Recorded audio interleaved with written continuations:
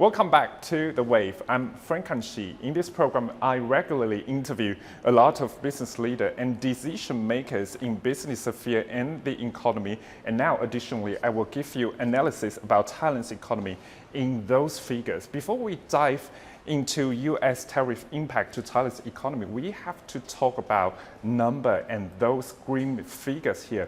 The International Monetary Fund forecasts that Thailand's GDP would grow only 1.8% or below in 2025 and 2026. And of course, the downgrade might really extend the fear to business fear and of course the economic sentiment in the country. Compared to other ASEAN 5 countries, we have Singapore, Malaysia, the Philippines, and Thailand at this moment, and Indonesia too. And you can see on the screen right now, of course, Thailand is at the bottom of the chart at this moment. And you can see Indonesia, that growth, 4.7%, is pretty huge. And other ASEAN 5 countries, their figures are well above Thailand's figures here. So, of course, right now, Thailand's government, they already established that Thailand, Team Thailand, to really forge the collaboration, of course, incentivize economic performance in Thailand, no matter to help SMEs, small and medium enterprises, and of course, the vulnerable groups here. But US President Donald Trump already announced that tariff policy on April 7th, but we still have to see that first meeting coming between Thailand and the US authority at this moment because, of course, Washington, D.C., they already posted that tariff policy for 90 days. But the doomsday is the first week of July, but we're still waiting for that first meeting between Thailand and the US. And if, of course, if the negotiations goes well, at the end, we will see that Thailand's GDP growth to 1.8%. But if that tariff grows over that figure at 36%, we might see Thailand's GDP growth to only 1.3% this year. In response, of course, Thailand's government, our Prime Minister Paetongtarn Shinawatra already appointed Finance Minister Pichai Chunhawachira to lead the Team Thailand to negotiate with US policy at this moment. But the team right now is focused on defending our key industries at this moment, including agriculture industry, energy, and high-tech manufacturing products here. The ministry says that it will keep close eye on retaliatory policies at this moment from neighboring countries and interest rate decisions by US Federal Reserve and potential redirection of global exports to Thailand's economy. And of course, we have to get insight from experts. According to an IMF expert here, Thailand is currently grappling with economic issues with 4 challenges here. For example, the impact of US tariff hikes, that economic growth forecast to around 1.8%, heavy reliance on tourism because, of course, tourism is one huge part of Thailand's economy, around 20% of GDP. And another one is very high level of household debt.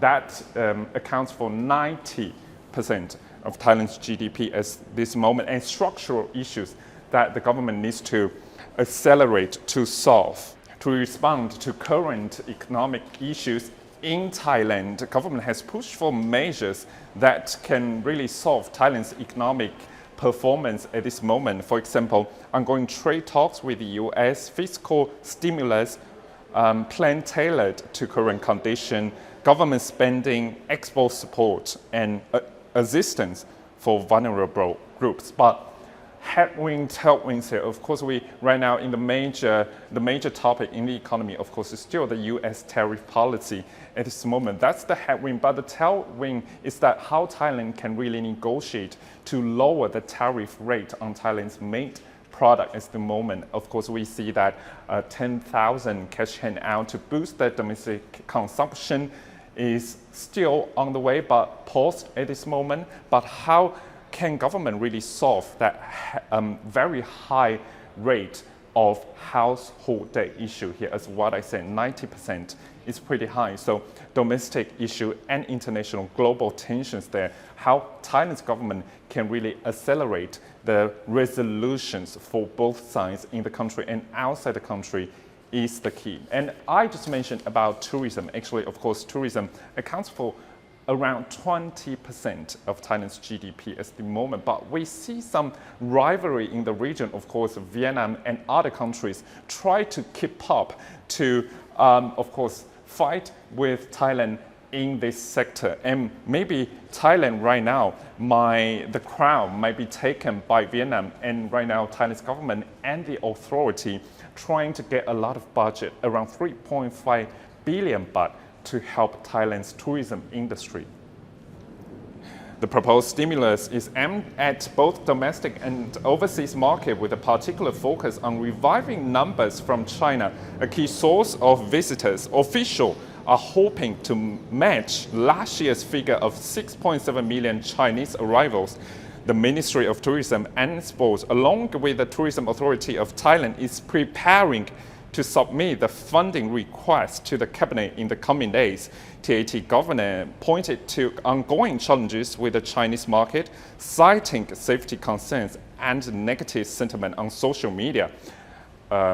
Quote, according to the governor, we were initially planning to request 3.5 billion baht from the Central Emergency Reserve Fund for further phase of the Visit Thailand Together scheme for Thai nationals, targeting 1 million users. And Tourism Minister also said that the move comes after consultation with Prime Minister Paetongtarn Shinawatra as the government reassesses its tourism strategy in light of new data. The ministry initially intended to allocate the 3.5 billion baht from the Central Emergency Fund for fresh phase of the Visit Thailand Together scheme, targeting 1 million Thai users. However, the focus has now shifted, with some of the funding to be redirected towards efforts to boost inbound tourism. So we talk about a revise of Visit Thailand Together campaign, a proposed 50-50 split of usage, a joint promotion with online travel agencies or OTAs, a second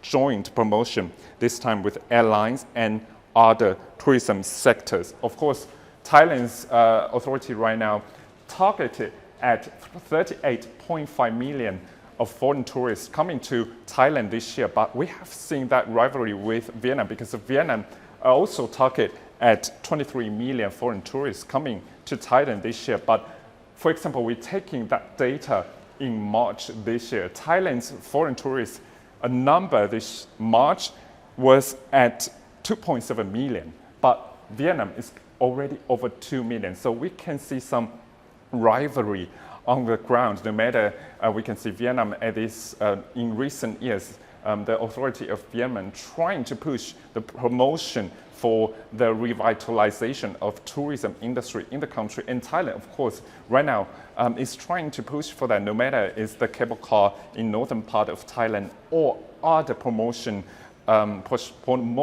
measures in Thailand to attract a lot of foreign tourists, not just Chinese tourists, to also those neighboring countries' tourists to come to Thailand.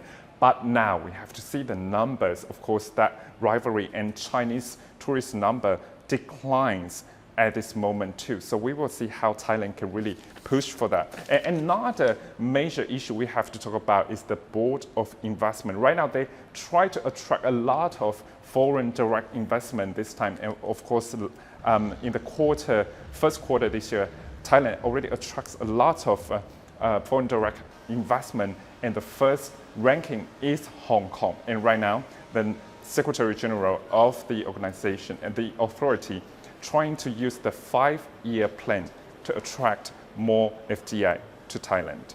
Under the leadership of Secretary General, the BOI has approved investment promotion applications worth over 1.7 trillion baht in the past 2 years. This strategic push has elevated traditional industries while establishing new industrial bases and crucially integrated Thai SMEs into the global supply chain. The BOI's new strategy prioritizes the upgrading of legacy sectors and the creation of new industrial ecosystem.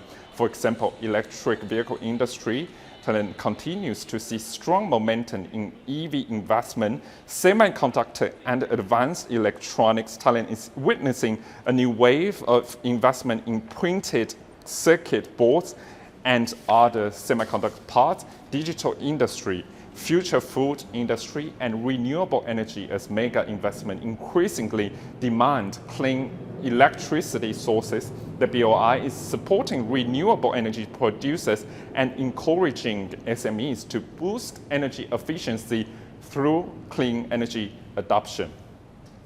So right, of course, Thailand's BOI trying to push so many promotional measures focusing on new energy sector here. And EV is very important in Thailand's industry and semiconductor too. But of course, right now, the Thailand's government has to be very careful on those measures because US President Donald Trump just announced that 25% tariff on semiconductor parts and EV coming to the US market. So how to really negotiate with the US authority and USTR to really level down that tariff on semiconductor parts and EV industry is the key. So, of course, right now, Thailand's government, our Minister Pichai Chungha Wachila and other staff trying to make that first round of negotiation happen on the ground. But, for example, Malaysia, the Philippines, and India, they already had the first round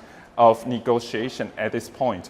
But I think right now, at this point, the government is trying so hard, many measures to boost the economy, but how fast can they go is the key for the business leader and people on the ground to know at the moment. Today, that's the episode of The Wave. If you are interested in economic issues and other political issues, please follow us on our social media, Thai PBS World, and our official website, thaipbsworld.com, for all the analysis. I'm Frank Shi. Thank you for watching.